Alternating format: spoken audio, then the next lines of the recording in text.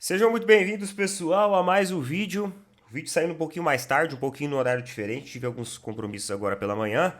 Mas vamos lá, vamos trocar uma ideia, vamos bater um papo. Hoje é dia de Libertadores, né? Então algumas equipes brasileiras aí entram mais tarde pela Copa Libertadores da América. Ontem tivemos aí o jogo do Botafogo e do Palmeiras, que foi um dos principais jogos de ontem que aconteceram dentro da competição. E assim, mano, bem, vou ser muito sincero com vocês em relação a respeito disso. Eu fiz o vídeo de pós-jogo. Eu sempre gosto de fazer o vídeo de pós-jogo, depois assisto a coletiva e trago um pouco das minhas impressões em relação a tudo que aconteceu ali. Mano, o Palmeiras ele é uma equipe que se tornou uma equipe comum, uma equipe normal. Ele é uma equipe normal hoje em dia. Eu acredito, para ser muito sincero com vocês, que o Palmeiras consiga uma classificação na semana que vem. Só que uma das coisas eu acho que mais me incomoda no Palmeiras é o discurso que em casa a gente resolve. E o Abel garantiu ontem na coletiva que em casa a gente vai resolver. A história vai ser diferente. Inclusive ontem, após ele se irritar com o questionamento de um dos repórteres, né, o jornalista havia perguntado por que no posicionamento tático defensivo do Palmeiras, o Palmeiras tem tomado tanta bola nas costas? E o Abel ele não gostou dessa afirmação. Ele não acha que isso seja uma verdade, sendo que na verdade é verdade.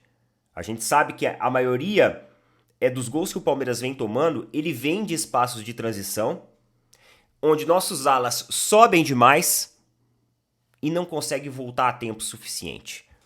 E aí acabam abrindo uma janela, um espaço para que algumas jogadas nasçam dali. E junto com a linha defensiva do Palmeiras, porque o Abel falou ontem que ele não consegue colocar a linha defensiva do Palmeiras mais para trás, ele tem que manter ela à frente para dar combate. Só que se você observar em alguns jogos anteriores, a linha do Palmeiras vai até lá no final quase dentro do gol e mesmo assim o Palmeiras toma o gol. Então nem com a linha adiantada e nem com a linha mais afastada, o Palmeiras consegue ser uma equipe defensivamente eficiente. E aí, o Abel ele garantiu, ele se irritou e garantiu que na semana que vem, em casa a gente vai resolver. Agora, eu quero recordar com vocês 2022 e 2023, Copa do Brasil e Copa Libertadores. Nós não resolvemos em casa. O Palmeiras ele foi eliminado em casa. Ele tinha a vantagem do mando de campo. E mesmo com a vantagem do mando de campo, fomos eliminados. Fomos eliminados até mesmo por equipes tecnicamente menos qualificadas, que chegaram lá no Allianz e conseguiram segurar o jogo do Palmeiras. E detalhe, naquela ocasião, o Palmeiras tinha um sistema defensivo mais sólido, mais eficiente. Isso quem tá falando não é eu, é a matemática. É só você ir atrás dos números. Os números não mentem. A matemática ela é uma ciência exata, ela não deixa a gente mentir. Não deixa, só você ir atrás. E também era uma equipe que jogava melhor. Era uma equipe que trabalhava melhor o setor intermediário. Era uma equipe que vivia de ligações diretas também, mas ligações diretas que davam certo. Uma equipe mais esforçada, uma equipe com um ímpeto físico melhor, uma equipe que a individualidade combinada com a coletividade dos jogadores conseguiam fazer o Palmeiras um time muito acima da média. E mesmo assim, em casa fomos desclassificados. Mesmo assim. E aí eu vou falar pra vocês uma coisa, eu vou ser muito sincero aqui, mas muito sincero, gente. Eu quero que se dane o Campeonato Brasileiro. Eu quero que se exploda o Campeonato Brasileiro esse ano. Nós não podemos abrir mão da quarta Libertadores. Nós não podemos abrir mão de ter a Libertadores esse ano competitiva. Porque nos anos anteriores nós ficamos pelo caminho. Ficamos pelo caminho em 2022, ficamos pelo caminho em 2023. Então é uma baita de uma obrigação do Palmeiras chegar à final agora esse ano. E eu não vou utilizar o Campeonato Brasileiro como, pelo menos o brasileiro tá aí, a gente vai disputar. Até porque se o Palmeiras realmente, agosto agora, desclassificar da Copa Libertadores, já desclassificamos da Copa do Brasil, eu acho que o time vai sofrer um baque muito grande. E a competição do Campeonato Brasileiro, ela está acirradíssima. Acirradíssima e não vai ser tão fácil. O Palmeiras talvez não vai ter esse fôlego, justamente por tomar gols da maneira como tá tomando. Contra equipes tecnicamente mais fracas, tecnicamente mais fortes, enfim, de todo mundo. De todo mundo. Então, eu não vou aceitar ficar com a disputa apenas do Brasileirão. Não, chega. Chega, já ganhamos o Brasileirão de 2022, já ganhamos o Brasileirão de 2023, agora o nosso foco é na quarta Libertadores. Libertadores da América é o nosso foco agora. O Palmeiras tem que estar na final lá na Argentina, lá no Monumental. É uma obrigação. Eu não coloco aqui a obrigação de vencer, porque eu estaria sendo muito arrogante, muito egocêntrico. Se eu falasse assim, ó, o Palmeiras tem a obrigação de ser campeão da Libertadores. Mas o Palmeiras tem a obrigação de chegar na final da Libertadores e, cara, dar o seu máximo ali para que a gente seja campeão. E o Palmeiras não tem dado o máximo em campo. Não tem dado. O Palmeiras só se esforça quando toma gol. Só quando toma gol. Não é mais aquele time incisivo, aquele time vivo. Então vamos ver se na semana que vem o Palmeiras vai resolver em casa. Porque o Abel, ele não aceita questionamentos. O Abel hoje ele tá numa posição e num status onde ele é o dono da absoluta verdade dentro do futebol brasileiro. E além disso, as Leiletes, as Abeletes, elas passam pano pra ele. Ah, mas o cara já deu 10 títulos e não sei o quê. Que se dane, o cara já deu 10 títulos e tudo mais. Só que em 2022 não foi pra final de Copa do Brasil nem Libertadores, em 2023 também não. E até agora, em 2024, o que a gente colhe é uma eliminação da Copa do Brasil. Não vou aceitar desculpas. Espero que realmente na semana que vem o Palmeiras resolva em casa. E se não resolver, irmão, aí, enfim, aí a gente vai colocar todos os pingos nos is. Porque tem torcedor que ou é tonto ou se faz de tonto. Ou é cego ou se faz de cego e não quer enxergar a realidade dos fatos. A realidade é que a comissão técnica de Abel Ferreira ganha 3 milhões de reais por mês e não apresenta nada de novo. O Palmeiras antes era uma equipe que, pelo menos na bola parada, ainda tinha um bom recurso, ainda tinha um bom aproveitamento. E esse aproveitamento despencou. Despencou juntamente com o aproveitamento defensivo. E aí você olha no nosso banco, você tem jogadores que entram e mudam a partida. Rômulo é um jogador capaz de mudar a partida. O Luigi já provou, mal entrou e fez gol na semana passada, salvou o resultado na semana passada contra o Flamengo. E mesmo assim esses jogadores eles não ganham continuidade. Então essas coisas que é difícil pra gente enxergar e ficar passando pano. Não dá pra passar o pano pra isso. Eu não tô questionando os 10 títulos que o Abel trouxe pelo Palmeiras. Eu não tô questionando se ele é um bom ou mau técnico. Não é isso que nós estamos questionando. Mas nós estamos tendo a capacidade crítica, o que é muito importante. Ninguém é gado, ninguém é massa de manobra aqui. Todo mundo tem a sua própria consciência, a sua própria personalidade, a sua própria racionalidade de entender e de criticar no momento que é pra criticar. E aí, claro, a gente vai elogiar no momento que é pra elogiar. E se classificar na semana que vem, jogar bem e tudo mais, eu vou vir aqui e vou falar assim, olha, bacana, aí sim, esse é o Palmeiras que a gente quer ver. É isso. E galera, só dando um recado aqui pra vocês rapidinho, ó.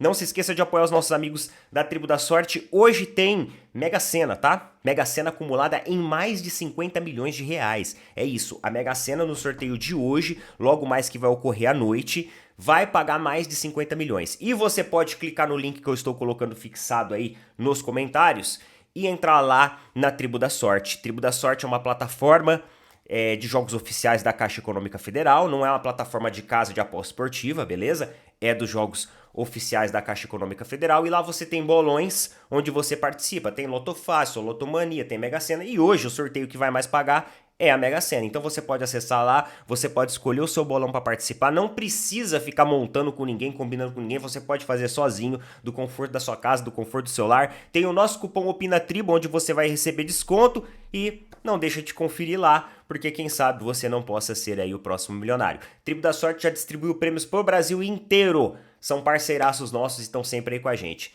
Então, Tribo da Sorte, pessoal. Tamo junto. Bem, galera, então hoje a gente tem o jogo do Flamengo e do Bolívar, que vai acontecer às 21h30 no Maracanã. Hoje os jogos, eles vão fechar a rodada aí da Copa Libertadores. Se eu não me engano, tem São Paulo também, não tem? Deixa eu dar uma olhada aqui, que eu acho que o São Paulo também joga hoje. É hoje também às 19 horas, contra o Nacional. E ontem eu tava assistindo lá o podcast lá do GV, Mundo GV, e a entrevista ontem foi lá com o Rodolfo Landim. Entrevista, né? O Rodolfo Landim foi o convidado lá do podcast E ele falou sobre aspectos do futebol, falou sobre Flamengo e tudo mais. E aí, cara, ele puxou um gancho que eu sempre acho muito interessante. E agora que nós estamos em um momento das competições que estão efervescendo os jogos eliminatórios, que isso vem muito ao encontro para o nosso debate. Vocês assistiram ontem, por exemplo, no jogo de Botafogo e de Palmeiras, vocês viram como que o Almada e o Luiz Henrique, que foram duas contratações caríssimas do Botafogo, fizeram a diferença naquele jogo de ontem. Simplesmente os caras foram ali os grandes pilares ofensivos da equipe do Botafogo, realmente muito acima da média. O Luiz Henrique jogou o fino da bola e é basicamente sobre isso, sobre essa questão de contratações e tudo mais que o Rodolfo Landim falou lá no podcast. E aí ele falou o seguinte, falar sobre a situação do Botafogo. Me dou bem com ele, falando sobre o John Textor.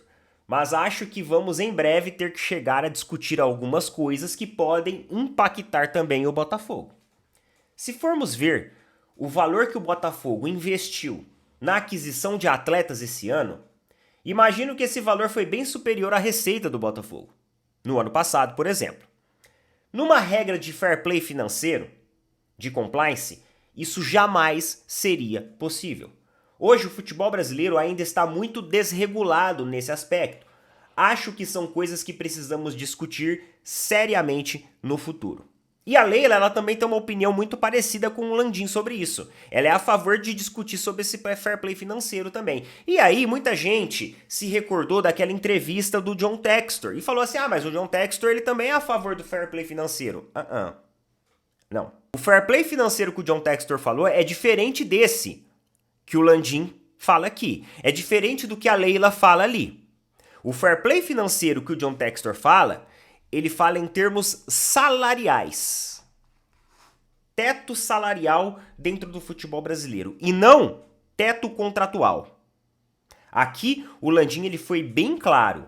O Botafogo investiu, se formos ver o valor que o Botafogo investiu na aquisição de atletas, esse ano foi bem superior à receita do Botafogo. Então, quando o John Textor vem para falar sobre essa questão de regular os valores, ele estava falando de salário. O Landim e a Leila, eles falam de contratação, de teto de contratação. Porque o que acontece? Lá na Europa, em algumas ligas, inclusive aí, o John Textor está negociando a compra do Everton, em algumas ligas lá fora, você tem um teto de gastos. É por isso que muita gente falou assim, o Botafogo é uma barriga de aluguel dos times do John Textor na Europa. Porque se você for observar algumas contratações do Botafogo, essas contratações elas vieram meio que para prender o jogador, para que no próximo ano, na próxima temporada, ele vá para as equipes do John Textor na Europa. Isso porque as equipes já tinham atingido o máximo de gasto. Então ele não poderia contratar jogadores para aquelas equipes de lá. Então ele contrata, coloca no Botafogo. Quando liberar o espaço de contratação lá e os valores caírem, ele vai e coloca esses jogadores para lá, leva esses jogadores para lá. Então é por isso que as pessoas falaram, Botafogo está sendo barriga de aluguel do John Textor. Se formos observar dentro do cenário brasileiro, o maior problema no Brasil não é nem questão salarial, é questão de contrato. Existe muita equipe que hoje contrata mais do que pode. Eu vou dar um exemplo simples para vocês. O Corinthians, que mais uma vez, ontem, já estava devendo mais uma parcela lá, acho que do Ranieri, que é o jogador do Cuiabá. Eu não sei o que virou isso, não sei se já pagaram, mas já estava atrasado o pagamento. Esse debate, ele tem que existir. Isso que o Landim ele fala é o correto a se fazer. É o correto a se fazer. Aí você fala assim, mas Neto, isso daí pode ser algo que prejudique também o Palmeiras e o Flamengo. Porque se ele coloca um teto de contratação para essas equipes, o Palmeiras e o Flamengo também vão ficar refém disso. Exatamente. Só que aí nós estamos falando de equipes que estão equilibradas no seu balanço financeiro. Então, quando a gente trata de equipes equilibradas no seu balanço financeiro, elas conseguem viabilizar mais contratações, porque elas têm isso equilibrado. Quando você fala de equipes que não estão equilibradas, que devem mais do que recebem, elas primeiro vão ter que enxugar a dívida para depois contratar. Entendeu? Entendeu a pegada como que é? Por exemplo, numa lei, numa regra de fair play financeiro, o Corinthians jamais estaria contratando jogadores como está. E outras equipes também. Jamais estariam contratando jogadores como estão. O Atlético Mineiro, por exemplo, jamais estaria contratando jogadores como estão. O próprio Botafogo jamais conseguiria viabilizar a contratação do Luiz Henrique e do Almada da maneira como está. Por quê? Por causa do desbalanço, por causa do desnível. É um saldo negativo no final. E aí, Palmeiras e Flamengo tiveram um balanço positivo, eles conseguiriam contratar mais. Vocês entenderam a questão do fair play financeiro? E tem muito torcedor aí que fala assim, vocês querem fazer isso só para Flamengo e Palmeiras ser favorecido, isso e aquilo e tal. Só que, cara, é muita ignorância você pensar em contratação quando o seu time tá devendo um estádio, como por exemplo o Corinthians.